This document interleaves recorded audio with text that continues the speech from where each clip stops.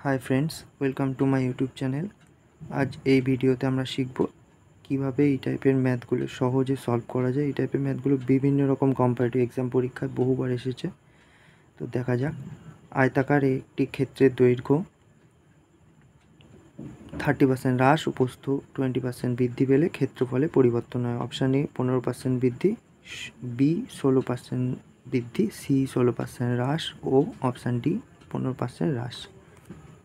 তো দৈর্ঘ্য 30% হ্রাস, তো -30, প্রস্থ 20% বৃদ্ধি, +20, প্লাস অফ মাইনাস,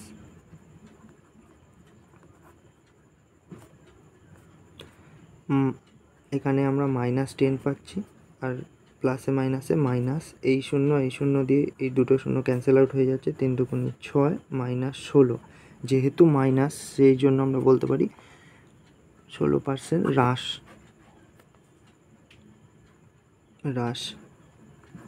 আর একভাবেও আমরা অঙ্কটা করতে পারি,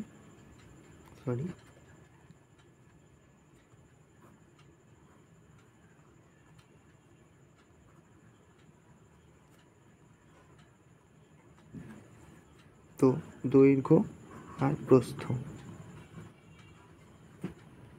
দৈর্ঘ্য বলে আমরা প্রথমেই দুটোকে 10 একক করে ধরে নিই। 10 × 10 আমরা জানি আয়তক্ষেত্রের ক্ষেত্রফল, দৈর্ঘ্য × প্রস্থ 100 একক। কেন আমরা 10 ধরে নিলাম? কারণ 10 10 100 শতকরার হিসাবে চলে আসে। দৈর্ঘ্য 30% হ্রাস, -30%, তো এখানে 3, তো 7 হয়ে যাচ্ছে।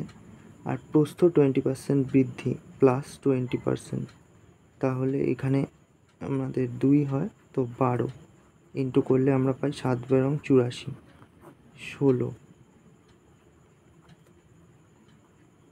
তো 116 কমেছে, তো আমরা বলতে পারি যে -60% হ্রাস পেয়েছে। তো বন্ধুরা, ভিডিওটি ভালো লাগলে লাইক করে দিও, চ্যানেলটি সাবস্ক্রাইব করে পাশে থেকো এবং বেল আইকনটি বাজিয়ে দিও এরকম ভিডিও পাওয়ার জন্য। Thank you.